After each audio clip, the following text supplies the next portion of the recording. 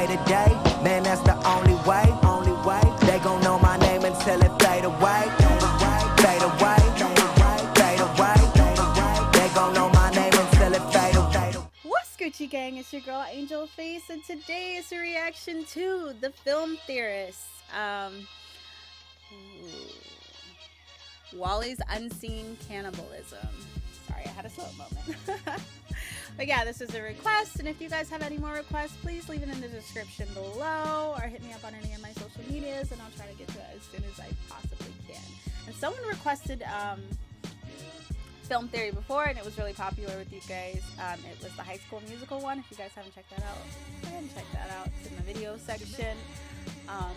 But yeah, I really like film theory. I actually think that he's very smart, and he really analyzes it and makes you think about things that you really didn't think of. But I don't know how Wally is going to be a cannibal. I don't know. We'll see. But yeah, without further ado, let's get into this reaction. Oh man, cupcake in a cup is delicious. Wally totally had the right idea with this one. How did they make it taste this good? Let's see, sugar, potassium benzoate. Ugh, gross! I'm not eating potassium benzoate.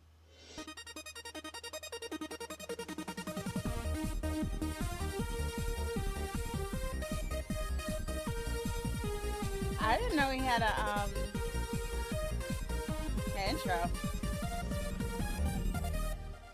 Hello, Internet. Welcome to Film Theory, the show where ruining your favorite childhood classics is my prime directive. And in my crosshairs today is none other than Wally. Now, I could be in the worst of moods, like say hypothetical situation when you have to wait weeks for the darn cable company to fix your stupid internet, when, you know, the internet is kinda your job, and so you're paying people to just sit around and stare at their computers without actually being able to do anything. And do you think that the cable company is gonna come back and repay you for all the lost time and effort? No. Meanwhile, the people who watch your videos are like, hey, where's your videos? What are you doing? MatPat's slacking off. And you're like, no, it's not my fault. Blame the internet company. But no one cares. No one cares. You know those sorts of moods? Yeah, I could be in one of those purely hypothetical moods just like that, not based on real circumstances. But you know what? The magic of Pixar makes it all just fade away. And Wall-E is my all-time favorite. You can keep love your me some Incredibles Pixar and Emos. movies. None of them can compete. They do. with They just robots make you learning feel to talk. And good. then they watch Hello Dolly, and then they hold hands, and oh, just getting choked up seeing these clips from Cut to the next scene, Ronnie. Cut to the next scene. And now they're dancing through space. Oh, I kid you not, I weep openly at 3 separate points in this movie.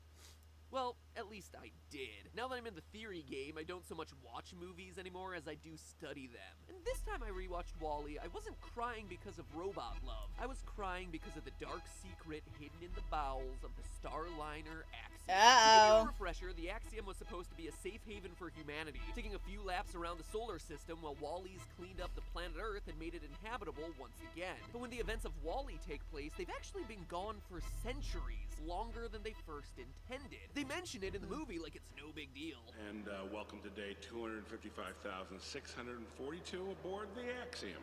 Oh, hey, I see the ship's log is showing that today is our 700th anniversary of our 5-year cruise. Well, but that's gonna have some problems. And one in particular, what are they eating? Cupcake in a cup? What even is that? Well, be careful what you ask, because if you connect the dots throughout the movie, you can clearly see what the people on the Axiom are truly eating. And spoiler alert, it ain't Matt Damon's poop-tatoes. They're eating each other. That's right, your favorite movie about an adorable How do you know, trying to though? save the world has covert implications that humanity is so screwed over that people are eating each other. Look, I'm not happy about it either. I wish this could be a theory about how Wall-E discovered the true meaning of Christmas, but there's just no evidence. Cannibalism, though? There's a lot of fishy things in this movie that point strongly in that direction. If it's been a minute, Why do you have since to you do last Kirby seen like Wall-E, that? 2 things. First, go watch it one final time before you forever start associating it with the consumption of human flesh. And Too late! second, there are a few key plot points that you'll want to keep in mind. Wall-E is set a good way into the future, in the year 2805, but the real action begins in 2105, when the Earth became too polluted to sustain human life. The proposed solution is for a superstore named By and Large to build giant spaceships to evacuate Hey, we're humans not far for 5 off years either. while little robots clean up the mess and make Earth great again. Fast forward to the events of the movie, and as I mentioned before, what The was Trump supposed to hat. last for 5 That was a years good has now touch. lasted 700. And that leads us to what is a pretty obvious claim at this point. The Axiom has got to be out of food. Trying to stretch 5 years worth of rations into 700? But they Just have, ain't gonna like, work. When I go grow a week rooms and without buying stuff. groceries, I'm down to open-faced peanut butter sandwiches and trying to determine if I can drink barbecue sauce for my daily recommended calories. Maybe they put extra food on board. I hear your busy little fingers typing in the comments already, and yeah, I would say that's practically a guarantee, as packing extra is standard operating practice. No, for I today's thought they space had travelers. grow For example, rooms. NASA, for an average 7-day flight, will have 2 extra days of food on board with them. But when it comes to the Axiom, we're talking about 140 times the amount of food they would need for the planned 5-year excursion. 140 times. Even if by and large got wildly ambitious and stocked the Axiom with, say, 10 years of food, an additional 2 times the Again, food grow trip, people would rooms. still start going hungry hundreds of years before the events we see in the movie. Plus, it's not like people are rationing out their meals. Unlike Matt Damon on the surface of Mars, everyone is unaware of how much food they have left. So the idea of rationing in order to conserve for the long haul isn't a thing they're worried about. And yet the food keeps coming. But from where? It's also important to note that food is going to be different than other limited resources like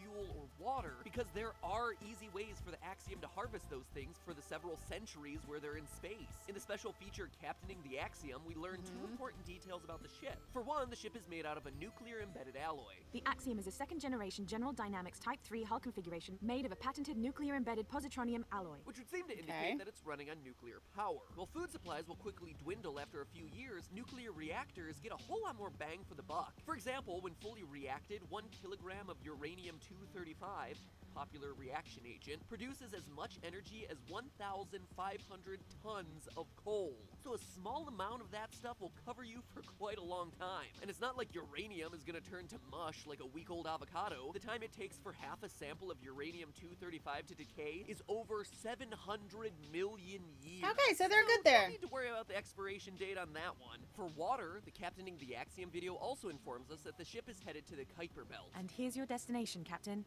The Kuiper Belt, that enigmatic frontier of our solar system, where fragments of our primordial protoplanetary disk still wait to be explored. This is a part of space that's still, believe it or not, in our own solar system, but is beyond the planets. And all along, we all thought that the solar system ended after your very educated mother just sent you 9 pizzas. Take that, 6th grade science class. Film theory be dropping knowledge all over this his house. The Kuiper Belt is filled with frozen, asteroid-sized chunks of various substances like methane, ammonia, and you guessed it, Water?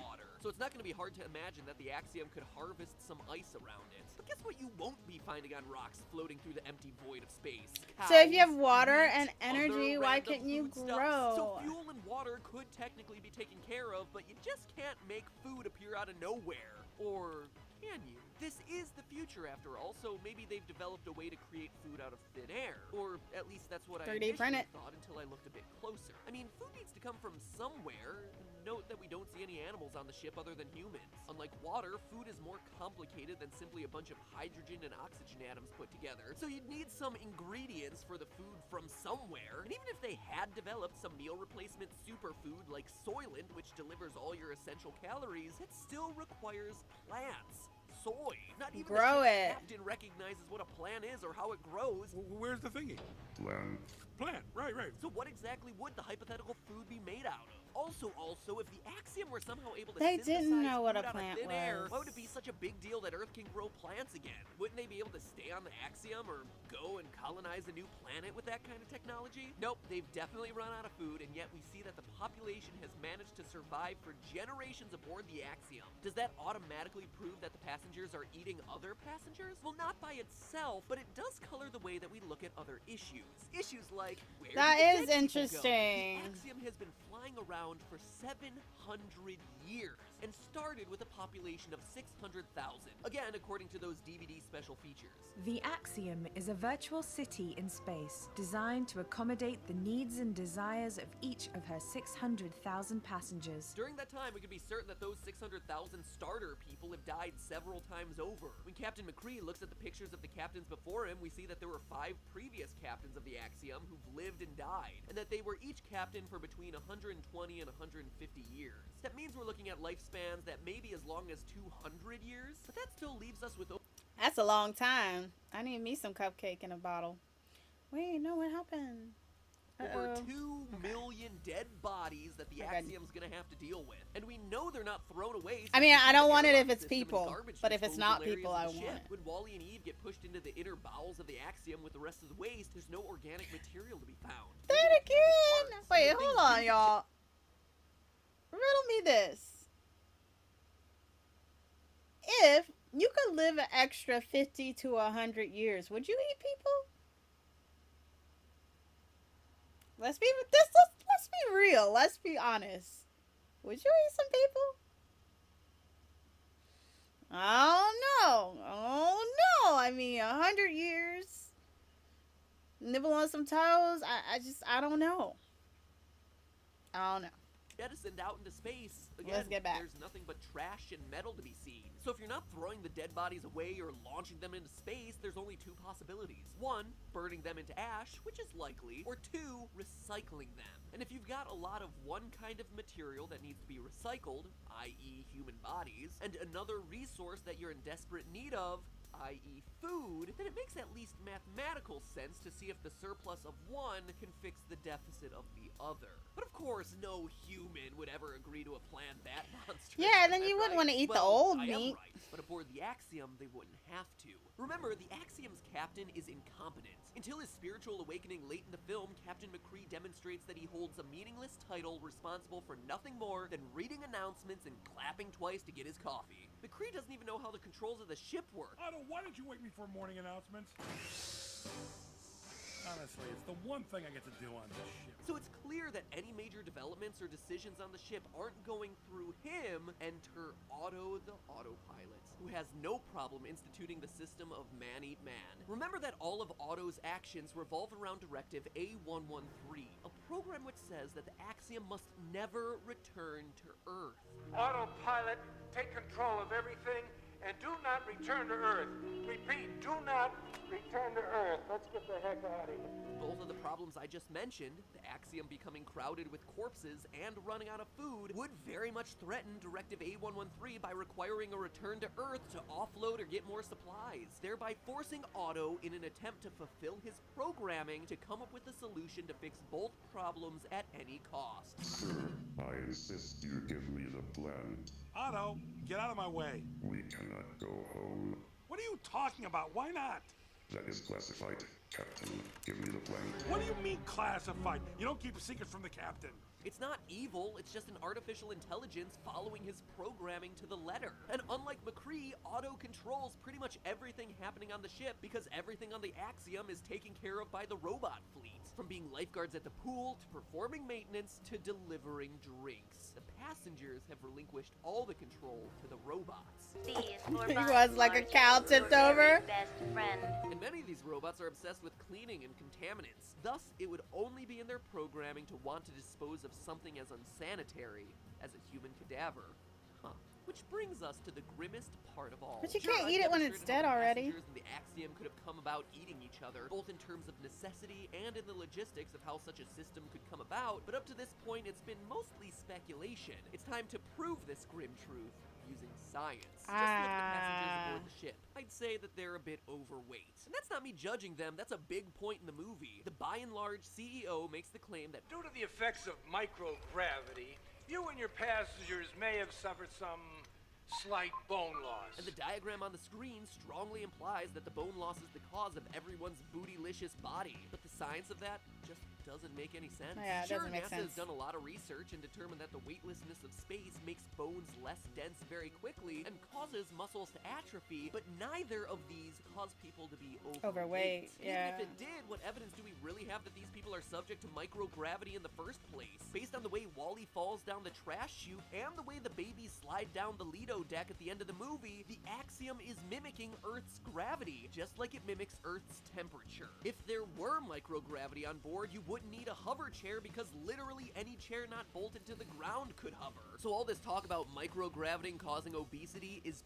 pure lies. And And while the movie leads us to believe that their physical inactivity is what causes them to gain weight, that also simply isn't true. Inactivity isn't good for you, sure, but weight loss is more tied to what you're consuming rather than what you're burning off. Don't get me wrong, the That's not passengers true. would be in good shape, but if they never use their muscles, they'd simply be 'Cause frail, not yeah, I fat mean- and overweight. This means that whatever they're eating on a regular basis is densely caloric. It's both. That's what's maintaining the kind of weight that we see them toting around in the movie. 'Cause you And burn- as you it burn turns calories out, just human waking meat up could yield those and sorts living. of results. According to a disturbingly specific article in Popular Science, an average human body, when cooked, is good for a little over 80,000 calories. And these were bodies analyzed in the 1940s and 50s, long before the American obesity epidemic forced our mayors to decide how big our cups of Mountain Dew could be. So we can imagine that people of today would be even more caloric, perhaps topping 100,000 calories apiece. And calories coming from human flesh more. aren't exactly healthy calories either. The Popular Science article notes that a significant percentage of those calories in a human body are coming from adipose tissue, pure Which means- fat. So combine, say, a fatty, human flesh-filled diet with onboard inactivity, and you've got yourself a recipe that results in some very overweight passengers, like the ones that we see populating the Axiom. Now, of course, there's one final problem to this theory: tricking people into eating other people. Getting around that humany flavor you're going to be contending with. It's kind of like getting a kid to eat Brussels sprouts. A Raymond Eat it, pack. It's going to be good for you. Or, I guess in the Axiom's case, eat it, because if you don't eat your fellow passengers, there's literally nothing else we can serve you. So, you're going to die and then get fed to everyone else. So how do you season up a human body to make it palatable to a bunch of unaware passengers? Cupcake Well, flavor. the solution is a lot more straightforward than you might initially think. Science has actually proven that one of the best ways to mask the flavor of something is to liquefy it and then serve it through a straw. But it's not like everything that the people on the Axiom consume comes through a straw. I mean...